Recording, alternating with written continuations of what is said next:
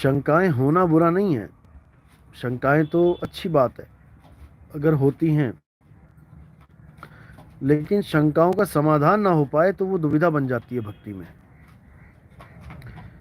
इसलिए बोला गया, जिस गुरु से भ्रम ना मिटे, भ्रांति जीव की ना जाए, सो गुरु झूठा जान के त्यागत देर न लगाए। गुरु बनना तो आसान है, 3600 गुरु बने बैठे हैं, लेकिन शंका का समाधान करने वाला गुरु कोई बिरला होता है, क्योंकि वो अपने अनुभव ज्ञान से बोलता है। वो लिखी पढ़ी की बात नहीं करता है कि मैंने देखा था वहाँ लिखा था, मैंने देखा था वहाँ ऐसा मैंने पढ़ा था।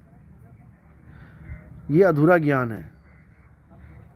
99.99% जितने गुरु बने बैठे हैं, ये कौन गुरु हैं गद्दियों पे? आप एक बार इनकी हिस्ट्री देखोगे, कौन है ये लोग? या तो ये किसी कमेटी द्वारा चुने गए गुरु हैं कि भाई आश्रम कमेटी ने ये गुरु जी को गद्दी पे बैठा दिया। कमेटी क्या जाने कि वो उस लायक है कि नहीं है? वो तो गुरु का अंतर्मन ही जानता है ना कि वो उस लायक है कि नहीं है। कमेटियां भी बैठाने लग गई गुरुओं को अब, लेकिन 80% ऐसे आश्रम चल रहे हैं जिनको कमेटियां ही बैठाती हैं। कमेटियों के मेंबर ही फैसला करते हैं कि कौन गुरु बैठेगा कौन नहीं। ये हाल है। और बाकी गुरु जितने होते हैं वो लोग होते हैं स्वयंभू, यानी जो उनको कुछ पढ़ लिया, कुछ लिख लिया, किसी से सुन लिया, थोड़ा बहुत बोलना आ गया, वो उसी को सत्य मान बैठते हैं कि हम तो काबिल हो गए गुरु बनने के। और कहां से ज्ञान लेके आए? लोगों से सुन सुन के। सुना हुआ ज्ञान, यानी थूक। किसी ने थूका, इन्होंने चाट लिया। झूठी प्लेट चाटने वाले गुरु बने बैठे हैं। अपना ज्ञान नहीं बोलते, अपना आत्म अनुभव नहीं बताते, क्योंकि हो तो बताएंगे। दूसरों के ज्ञान को चोरी करने वाले थुक चट्टू गुरु इनको यही बोला जाता है, थूक के चाटने वाले। थूक के चाटना तो होता है जिसने थूका उसी ने चाटा, ये दूसरों का थूका हुआ चाटते हैं। तो ऐसे गुरु बने बैठे हैं। अब ये पकड़े कहां जाते हैं? जब इनसे कोई अनुभव की बात पूछ लो तब इनको अपनी नानी याद आ जाती है। जब अनुभव की बात पूछ लो तो ये फेल हो जाते हैं, फिर बगले झांकते हैं, ऐसा कैसा सवाल पूछ लिया, जवाब क्या दें? पकड़े जाएंगे।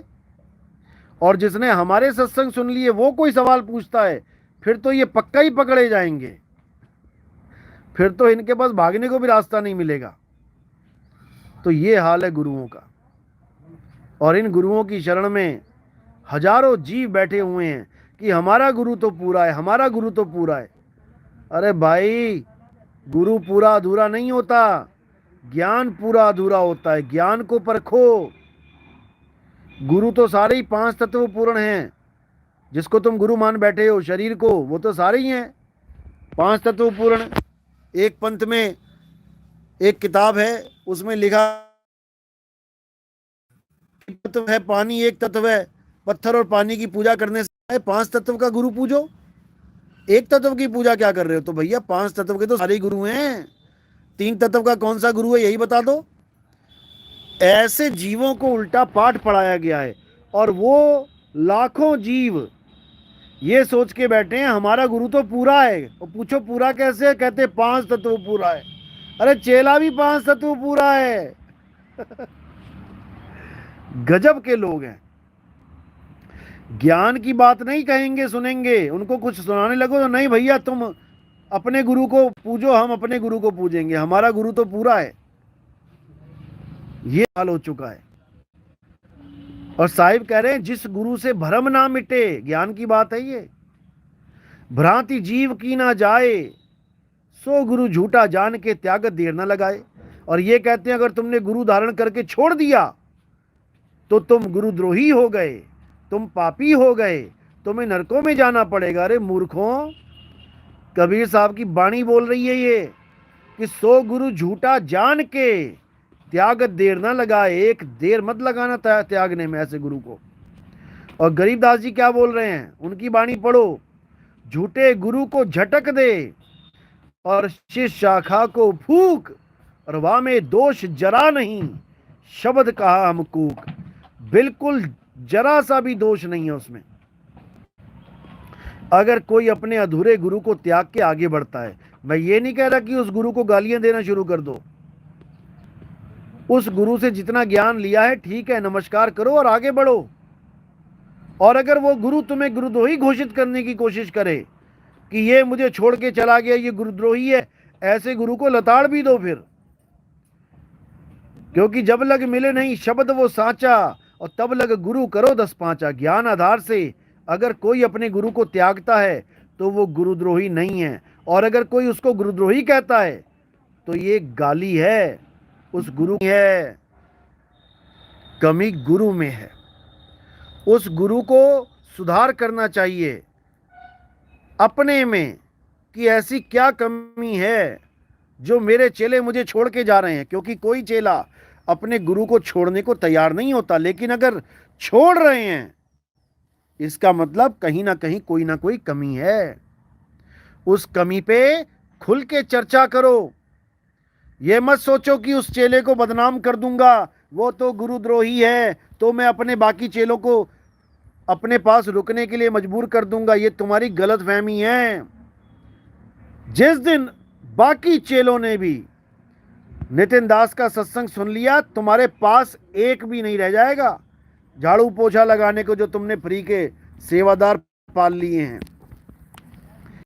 एक भी नहीं रह जाएगा तुम्हारे आश्रम में जिस दिन हमारे सत्संग उन लोगों के समझ में आ गए। इसलिए कर रहे हैं कि वो तो गुरुद्रोही हो गए हैं, वो तो ऐसा हो गया, वो तो वैसा हो गया। उनके पास मत जाओ, उनकी बात मत सुनो, क्योंकि अब उन लोगों के पास तो कुछ बचा ही नहीं है।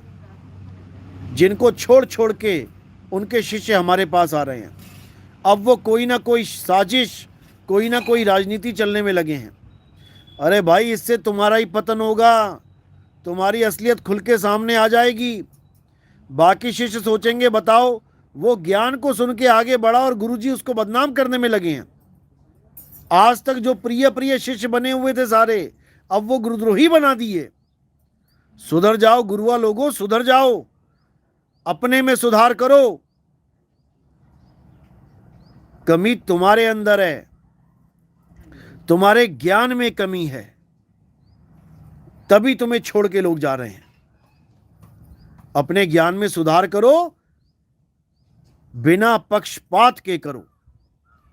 इसलिए साहिब ने बोला सबका हु का लीजिए, साचा शब्द निहार, और पक्षपात मत कीजिए, कहें कबीर विचार।